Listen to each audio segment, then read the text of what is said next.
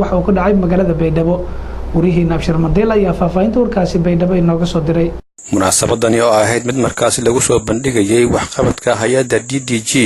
labadii sano ee la soo dhaafay iyo mashruucyada haatan la qaban doono ayaa waxa ka soo qayb galay kusimaha madaxweynaha ahna wasiirka wasaaradda hubka dhigista dhaqan-celinta iyo tababarada maleeshiyaadka iyo duqa degmada Baydhabo culmaaudiin waxgarad madaxda hay'adda DDG iyo waliba qaar ka mid ah gudiyada xaafadaha magaalada Baydhabo ugu horeyn madaxa hay'adda DDG bartamaha iyo koonfurta Soomaaliya Cabdullaahi Cabdi Aadan ayaa si kooban u faahfaahiyay mashruucyadii ay ka fuliyeen magaalada Baydhabo sida bulshada ay uga faa'iideysteen mashruucii horumarinta bulshada ee guddiga danwadaag iyo mashruucyada haatan la doonayo waxa la sameeyay la tashi badan waxa la sameeyay qaab lagu qorsheynayo runtii ay bulshadu qayb liixa ka qaadatay waxa uu dhamaaday December oo 2015 iyo mashruuca dhamaaday runtii wax badan baa la qabtay waxyaabo u badan ee aan dhihi karo mashruuca waan ka faa'iidnay waxa isdhaxgalka bulshada inaan isbaranay qaybihii bulshada ee Baydhabo ma garanaysa hawshan qaybta ka ahaa runtiina wax badan in la qabtay oo iskuulada la dhisay MCJ la sameeyay ceelal la qoday wadooyin la sameeyay waad ka wareysan runtii labada xaafad waa dadaaleen ma sha Allah laakiin ambulance waa ambulance dadka xanuunsan loogu talagalay qof xanuunsan oo xaafad kale waa loogu adeegi karaa qof xanuunsan oo labada xaafad waa loogu adeegi karaa waa adeeg ay bulshada leedahay on rajeynay insha Allah taala in si haboon looga faa'iideysto haddana uu u shaqeynaya ma sha Allah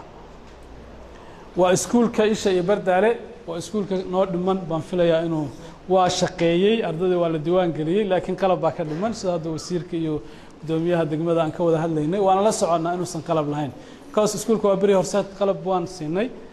tawfiiq iyo Dar es Salaam NRC baa bixisay oo ku mahadsan yihiin kan naftirkeeda waan qalabeynaa insha Allah taala muhiimadu in adeegyadii iskuulkan ay bixiyaan waaye lacag badan baa inaga gashay dadaal badan baa la galiyay in caruurteena adeeg caafimaad helaan markaas waa laga maarmaan qalabeyntaasna waxa doon doonta insha Allah wasaaradda iyo maamulka inaan wada qorsheyno qaabkii loo qalabeyn lahaa wadadaas waa wada kamid ah wadooyinkan sameeynay waa wada xaafadda kamid ah waad arki kartaan sida ahayd iyo sida hadda ay noqotay quraan sidaas ahayd haddana sida ay noqotay waa xaafadda والوذاك ما شاء الله عندي تكتي مركي هوش أن ودني يمركان لسنا يصدنا أهيد رنتي وزير كحجين كوزارة وحبرشة كوفر قلب الصومالية جبريل آدن محمد iyo agaasimaha guud ee wasaaradda waxbarashada ayaa iyaguna uga hambalyeeyay hay'adda DDG iskuuladii iyo waliba MCJ-yadii faraha badnaa ee ay u dhiseen xaafadaha magaalada Baydhabo oo la taabado karo tanjibale maylaray waan mayl unuuna ka amaanana shaqaalaje dadka kale oo degmadan matalayay task force-ga hay iyo town level task force-ga hay malaagadi iyo culmaaudiinki iyo haweenkii oo yoon aan ku moqonayna dhamaantii oo maylaray in ka mahadnagaan mayba meelan surumay DDG walaya umadan barti oo iniyo iska kalsoonaadan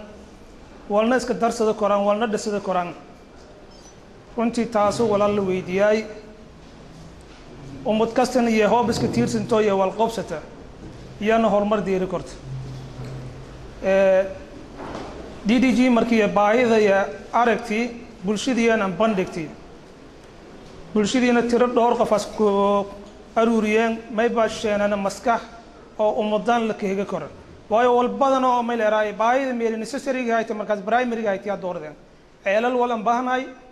iskoolo wala baahnay MCJ wala baahnay waa primary gaayta qofka bulshada degmada tanka nool qof kasta baahidaas hayti runtii DDG yadan ka maasanta maysin sheegayana community kasta ama bulsho kasta meel ka nool dhaqaale hayt laakiin mayl fadee fikirkii oo ku aruuri lahaayeen ama maskaxdii walaashay ka aruuri lahaayeen kusimaha madaxweynaha ahna wasiirka wasaaradda hubka dhigista dhaqan-celinta iyo tababarada maleeshiyaadka Xasan Xuseen Xasan Eelay iyo duqa magaalada Baydhabo Cabdullaahi Cali Watiin ayaa si wada jir ah ugu hambalyeeyay hay'adda DDG iyo waliba mashruucyada danwadaag walay hordaan han qobsoomi barnaamijyadii hordaan lahan ku fuliyay dalku إما كله حبونه حدنا لكسي قبضة دونا دالكن إني كوير إذا أنك فرح سنة وأنا ما لنا دتكيه الأسباب دي ما هتزنتين سين ما هتنجان لنا إن شاء الله تعالى سدا سين لدريرتان أنون أوغاني هيدون DDG والبعض هو له أو إيد أنون فرح تجلي دالكون كقبتي أنا ما إيد أنك فرح إني دالك برشيد اللي توصي إني برشيد اللي توصي إني جديد كلا فورا أو دبلين صوبي يو برشيد إيه هيد إسكال دايان DDG ما دستيه سكول دستي MCG دستي ودوين يا مارن صوبي دي هذا ما يفعل إني صوبي مارن ودوين كلا يا مارن يا بوندان أو هذا مارن كير أو فوق الناس أنا مراسي أو حقيقة إنه أرجع لين مارن ودو مهمة مدلهم فين مارن باورت مارن ترانزيت كه أو كويا مقدسه كويا أما مارن جدي يبقول كويا ومقدسين جدا ومهمة قارن حليدا خوب كمدي مارن قبضا